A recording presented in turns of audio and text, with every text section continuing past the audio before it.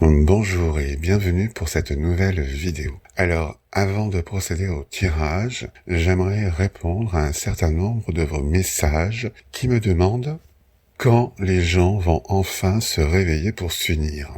Il y a même d'autres commentaires un peu durs, un peu sévères envers donc les non-éveillés. Alors, pour moi, ce n'est pas en descendant dans la rue que l'on va faire changer les choses. On voit que les médias soit ne les diffusent pas, ou parlent beaucoup plus du non-respect du port du masque ou des distanciations, plutôt que du pourquoi ils manifestent. Donc, encore une fois, je pense que c'est un travail individuel, c'est-à-dire que c'est à chacun de nous de discuter avec notre entourage, famille, voisins, collègues de boulot, etc., de leur demander ce qu'ils pensent de notre situation, des vaccins, des confinements, etc.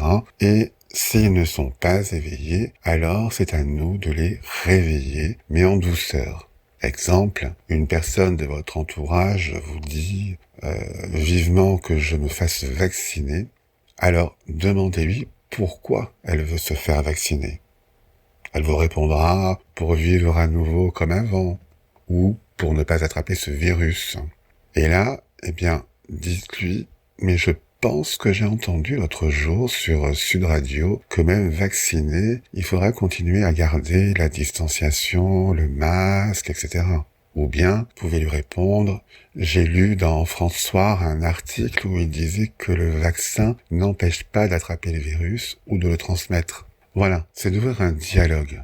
Mais il ne faut pas se mettre en opposition directe du style « Mais vous êtes bête ou quoi? Le vaccin ne fonctionne pas. Tout le monde le sait. » Parce qu'il y aura là un blocage chez la personne et elle ne voudra même plus discuter avec vous. Alors qu'avec une approche ouverte où l'on apporte un autre son de cloche, mais sans le lui imposer, fera que cette personne commencera à se poser des questions. Peut-être même commencera à douter de ce qu'elle entend tous les jours sur les chaînes mainstream.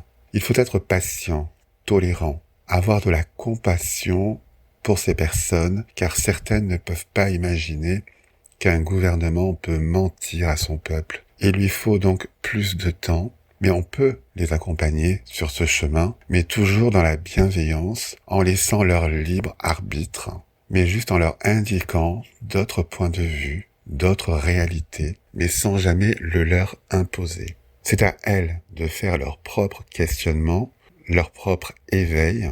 Voilà comment nous pouvons y arriver en discutant calmement avec notre entourage. Alors, je voulais également vous rappeler que vous pouvez gagner une voyance gratuite. Pour cela, je vous renvoie à la vidéo « Gagner une voyance gratuite » qui vous expliquera la marche à suivre pour participer au tirage au sort. Voilà, vous avez jusqu'au 16 avril pour y participer. Alors, maintenant passons au tirage sur donc Macron président en 2022. Donc, sans plus attendre, regardons la première carte. Alors, nous avons le changement, la méchanceté et le procès. Alors, le changement nous indique qu'il ne sera pas réélu. Cette carte nous montre clairement qu'il y aura un changement de présidence. Elle nous indique également que cette élection marquera un changement global, une sorte de transformation. Ce ne sera pas une élection comme les autres.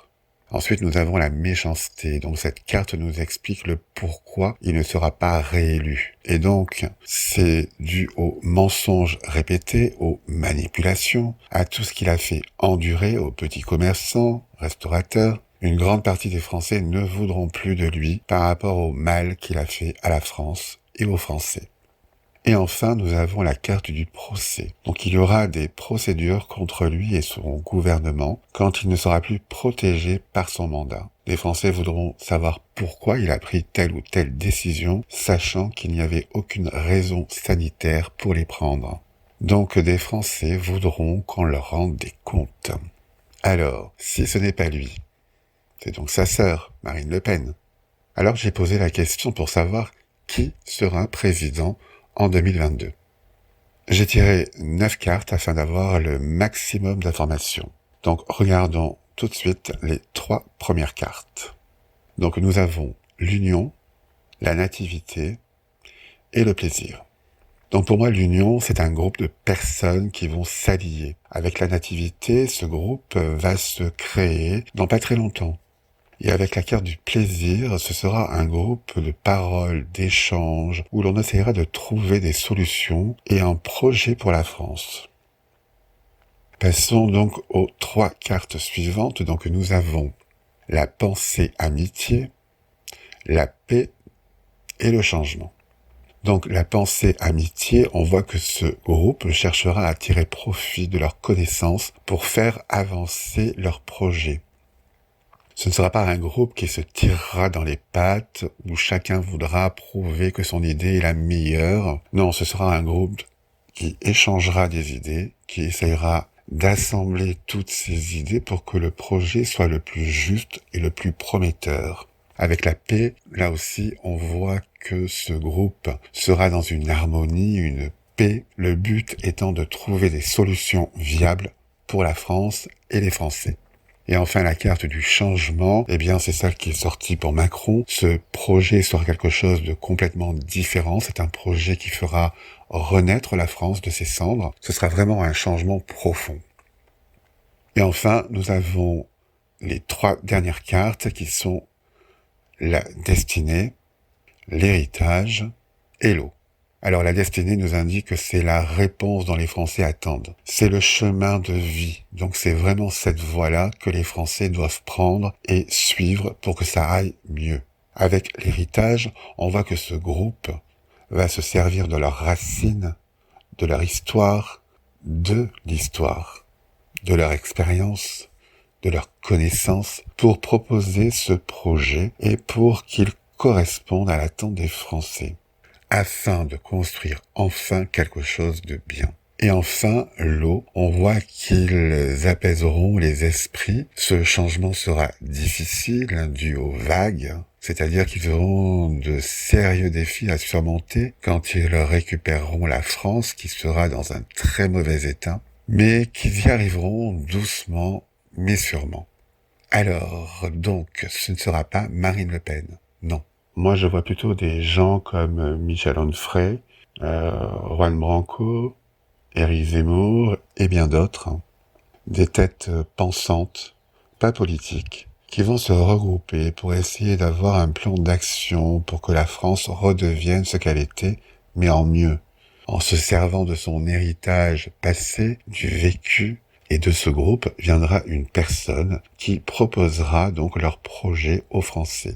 Alors je ne sais pas qui sera cette personne, ça peut être l'une d'entre elles, l'une de ce groupe, ou une personne extérieure qui viendra pour pouvoir présenter leur projet. En tout cas, ce ne sera pas un parti politique, mais plus un parti intellectuel qui proposera donc des idées de bon sens et non des idées pour se faire élire, du style baisse du chômage, augmentation des retraites, etc. Non, ce sera vraiment basé sur du bon sens, sur des faits concrets et réel. Voilà, j'espère que cette vidéo vous a plu. Si oui, commentez-la, likez-la, partagez-la. Et puis moi, je vous dis à très bientôt pour une prochaine vidéo. Au revoir.